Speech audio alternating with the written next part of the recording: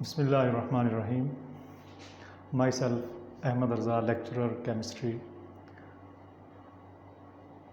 Online lecture series के सिलसिले में आज हम सेकेंड ईयर का आगाज़ करने जा रहे हैं। सेकेंड ईयर केमिस्ट्री का जो सबसे इम्पोर्टेंट पार्ट है इसमें वो है ऑर्गेनिक केमिस्ट्री।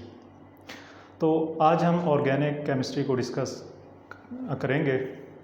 इसमें चैप्टर नंबर 7 से स्टार्ट होती है ऑर्गेनिक केमिस्ट्री। तो आज हम पढ़ेंगे fundamental principle of organic chemistry. Organic chemistry क्या है? सबसे पहले हमें ये देखना होगा कि ये जो वर्ड ऑर्गेनिक है that derived from organism. Word organic derived from organism, ये एक लैटिन वर्ड है। ऑर्गेनिज्म का मतलब होता है लिविंग ऑब्जेक्ट्स, जिसमें एनिमल्स और प्लांट्स शामिल होते हैं। इन 1806 बर्जिलियस जो था इसने कंपाउंड को 2 कैटेगरीज में डिवाइड किया on the basis of their sources. In 1806, Berzelius classified compounds into 2 categories on the basis of their sources. One is organic, other is inorganic. Organic compound किन को कहा जाने लगा? बर्जिलियस ने किन कंपाउंड को ऑर्गेनिक कंपाउंड कहा?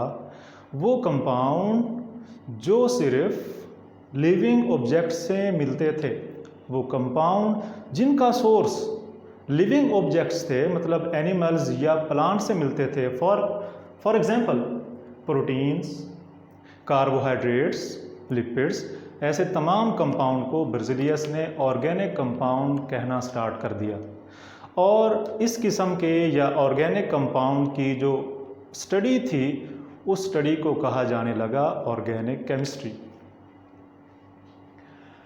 दूसरे हैं इनऑर्गेनिक कंपाउंड, ऐसे कंपाउंड जिनका सोर्स नॉन लिविंग ऑब्जेक्ट्स थी, या हम कहते हैं those compounds which obtained from mineral sources. For example HCl, sulphuric acid. For example HCl, sulphuric acid, nitric acid. ये तमाम कंपाउंड जो नॉन लिविंग सोर्सेज से ऑब्टेन होते थे, उन कंपाउंड को बर्जिलियस ने इनऑर्गेनिक कंपाउंड कहा। और इस किस्म के कंपाउंड की जो स्टडी थी उसको कहा जाने लगा इनऑर्गेनिक केमिस्ट्री। बर्जिलियस काफ़ी अरसे तक ऑर्गेनिक कंपाउंड प्रिपेयर करने की कोशिश करता रहा। बहुत अरसे तक जब उसे कोई कामयाबी हासिल ना हुई तो उसका एक बिलीफ बन गया, उसका एक माइंडसेट बन गया कि ये जो ऑर्गेनिक कंपाउंड है ये लेबॉर्ट्री में बनाए नहीं जा सकते। उसने कहा कि शायद ऑर्गेनिक कंपाउंड बनाने के लिए किसी वाइटल फोर्स की ज़रूरत है। वाइटल फोर्स में रूह की ज़रूरत है जो सिर्फ लिविंग ऑब्जेक्ट्स में मौजूद होती है। इस नज़रिए का नाम जो हिस्ट्री में फेमस हो गया that is known as vitalism. Vitalism या vital force theory. Jacob Berzelius ने 1815 के अंदर ये थ्योरी प्रेजेंट की। According to this theory vital force में रूह, vital force is necessary for the synthesis of organic compound. Organic compound के बनने के लिए कौन सी चीज़ की ज़रूरत है, कौन सी चीज़ का होना लाजमी है? वाइटल फोर्स का होना लाजमी है। Vital force is necessary for the synthesis of organic compound. That's why these compounds are found in animals and plants and cannot be prepared, cannot be synthesized in laboratory. इस theory का name जो famous हो गया that is वाइटलिज्म और vital force theory. Vital force theory ज़्यादा अरसे तक exist ना कर सकी, बहुत जल्द ये वाइटल फोर्स थ्योरी रिजेक्ट होगी।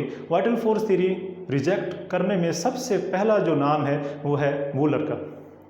वूलर वो साइंटिस्ट था जिसने फर्स्ट ऑर्गेनिक कंपाउंड सिंथेसाइज किया लेबोरेटरी के अंदर।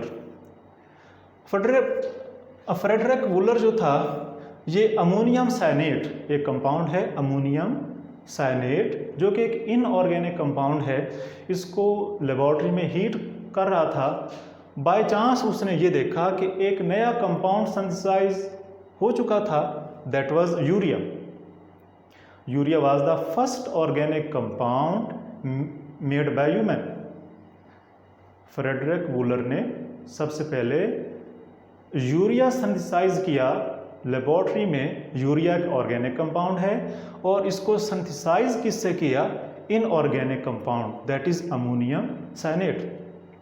इससे पहले यूरिया जो था, यूरिया मैमल्स के यूरिन से ऑब्टेन होता था। तो जब यूरिया फर्स्ट टाइम लेबोरेटरी में प्रिपेयर हुआ, फर्स्ट टाइम लेबोरेटरी में सिंथेसाइज हुआ, तो वाइटल फोर्स थ्योरी पे डाउट होने लगा कि ऑर्गेनिक कंपाउंड लेबोरेटरी में प्रिपेयर किए जा सकते हैं, इसके लिए वाइटल फोर्स का होना नेसेसरी नहीं है। इसके बाद जो फेमस नेम है वो है कोलब। कोलब ने 1815 में एसिटिक एसिड प्रिपेयर किया और ब्रेथलॉट ने 1856 में मीथेन प्रिपेयर किया फ्रॉम इनऑर्गेनिक सोर्सेज। तो इस तरह 1850s तक आते आते वाइटल फोर्स थ्योरी बिल्कुल रिजेक्ट हो चुकी थी। तो इसके बाद ये सोचा जाने लगा कि आखिर ऐसी कौन सी चीज़ है, कौन सा ऐसा फैक्टर है जो ऑर्गेनिक कंपाउंड को इनऑर्गेनिक कंपाउंड से डिफरेंशिएट करता है। तो जब ऑर्गेनिक कंपाउंड जो थे, जब ऑर्गेनिक कंपाउंड का एनालिसिस किया गया, तो तमाम ऑर्गेनिक कंपाउंड जो थे उनमें कार्बन एलिमेंट लाजमी मौजूद था। तो हम ये कहते हैं कि ये जो कार्बन है, carbon is the parent element. Carbon is the parent element of organic compound. कोई ऐसा ऑर्गेनिक कंपाउंड नहीं हो सकता जिसमें कार्बन एलिमेंट मौजूद ना हो। कार्बन के अलावा जो 99.5% जो ऑर्गेनिक कंपाउंड हैं, इनमें कार्बन के साथ हाइड्रोजन एलिमेंट भी मौजूद होता है। इन दोनों एलिमेंट्स के अलावा भी कुछ एलिमेंट्स ऑर्गेनिक कंपाउंड में मौजूद होते हैं। They are nitrogen, oxygen, phosphorus, sulphur and halogen. तो मॉडर्न डेफिनेशन क्या है ऑर्गेनिक केमिस्ट्री की? तो according to modern definition, organic chemistry is the branch of chemistry in which we study hydrocarbons. Branch of chemistry that deals with hydrocarbons. Hydrocarbons क्या होते हैं? Compounds of carbon and hydrogen. ऐसे compound जिनमें सिर्फ दो elements मौजूद हों, एक एलिमेंट कार्बन और दूसरा एलिमेंट हाइड्रोजन। ये दोनों एलिमेंट्स इकट्ठे मौजूद हैं, इन दोनों एलिमेंट्स के अलावा कोई और कंपाउंड मौजूद नहीं है, तो इन कंपाउंड्स को हम कहते हैं हाइड्रोकार्बन्स। तो ऑर्गेनिक केमिस्ट्री क्या है? It is the branch of chemistry in which we study hydrocarbons and their derivatives. Derivatives क्या होते हैं? जो एक कंपाउंड से नए कंपाउंड बनते हैं, उनको हम डेरिवेटिव कहते हैं। फॉर एग्जाम्पल, ये मीथेन है, CH4 मीथेन है। अगर मीथेन में एक हाइड्रोजन एटम रिमूव हो जाए, इसकी जगह पे एक और आ जाए फंक्शनल ग्रुप OH, तो ये बन जाएगा मेथनॉल। मेथनॉल मीथेन से बनता है, तो इसलिए ये इसका पेरेंट कंपाउंड है, ये इसका डेरिवेटिव है। तो ऑर्गेनिक केमिस्ट्री क्या है? Organic chemistry is the study of hydrocarbons and their derivatives. कुछ कंपाउंड्स ऐसे हैं जिनमें कार्बन मौजूद होता है लेकिन वो ऑर्गेनिक नहीं है। There are some inorganic compounds which containing carbon but still are inorganic in nature. For example, carbon monoxide, carbon dioxide, carbon disulfide, hydrogen sulphide, bicarbonate, carbonate, ये तमाम कंपाउंड जो हैं इनमें कार्बन मौजूद है और कुछ में हाइड्रोजन भी है, लेकिन ये कंपाउंड ऑर्गेनिक नहीं है। क्यों नहीं है? क्योंकि इन तमाम कंपाउंड में कार्बन तो मौजूद है, लेकिन इनकी फैमिली की जो सर्टन प्रॉपर्टीज़ हैं, जो ऑर्गेनिक कंपाउंड की फैमिलीज का जो फीचर्स हैं वो इन कंपाउंड्स में मौजूद नहीं होते, तो इसलिए इन कंपाउंड्स को हम ऑर्गेनिक की बजाय इनऑर्गेनिक फैमिली में रखते हैं। लास्ट पे हम डिस्कस करेंगे एप्लीकेशंस ऑफ ऑर्गेनिक कंपाउंड्स या यूजेस ऑफ ऑर्गेनिक कंपाउंड। अगर हम ब्रीफली कहें तो हम और हमारे इर्द गिर्द बहुत सारी चीज़ें, या आप कहें ज़्यादातर चीज़ें और ऑर्गेनिक इन नेचर हैं। We are living in organic world. अब देखें, जो लिविंग बॉडीज़ हैं, जैसे हमारी बॉडी है, एनिमल्स, प्लांट्स या जो बैक्टीरिया है, तमाम लिविंग बॉडीज़ जो हैं they are organic in nature. All living bodies are organic in nature. जितनी भी लिविंग बॉडीज़ होती हैं वो बायोमॉलिक्यूल से बनती हैं, like proteins, carbohydrates, lipids, DNA, RNA.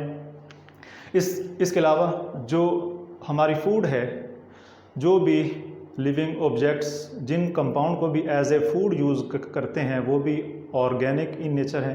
तो हमारी तमाम फूड जो है वो ऑर्गेनिक इन नेचर है। आवर वेयरिंग्स, जो भी कुछ हम पहनते हैं, कपड़े, शूज़, जैकेट्स, ये तमाम ऑर्गेनिक कंपाउंड से बनते हैं। Medicines, they are organic in nature.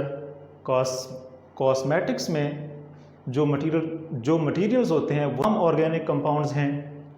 इसके अलावा जो मेटाबॉलिक रिएक्शंस होते हैं, मेटाबॉलिक रिएक्शन क्या होता है? लिविंग बॉडी के अंदर जो केमिकल रिएक्शन हो रहे होते हैं उन रिएक्शंस को मेटाबॉलिक रिएक्शंस कहते हैं। तो हमारी बॉडीज़ में जितने भी केमिकल रिएक्शन हो रहे हैं वो तमाम ऑर्गेनिक नेचर में है। उनमें जो रिएक्टेंट्स होते हैं वो भी ऑर्गेनिक कंपाउंड है और जो प्रोडक्ट्स बनते हैं वो भी ऑर्गेनिक कंपाउंड्स होते हैं। इसके अलावा प्लास्टिक, शॉपिंग बैग्स वगैरह जो होते हैं, सिंथेटिक फैब्रिक्स या टेक्सटाइल फाइबर, ये जो मसनूई कपड़ा होता है, ये भी सारे ऑर्गेनिक कंपाउंड्स हैं। इसके अलावा अगर हम एग्रीकल्चर में देखें तो एग्रीकल्चर में भी ऑर्गेनिक कंपाउंड का यूज़ बेतहाशा होता है। जैसे फर्टिलाइज़र्स हैं, फर्टिलाइज़र ऑर्गेनिक कंपाउंड हैं, पेस्टिसाइड्स, हर्बिसाइड्स, फंजीसाइड, तो ये जो तमाम कंपाउंड्स हैं ये तमाम ऑर्गेनिक कंपाउंड्स होते हैं। तो इस तरह हम ये कहते हैं कि ये जो ऑर्गेनिक वर्ल्ड में हम रह रहे हैं। तो ये था हमारा ऑर्गेनिक केमिस्ट्री का लेक्चर नंबर 1।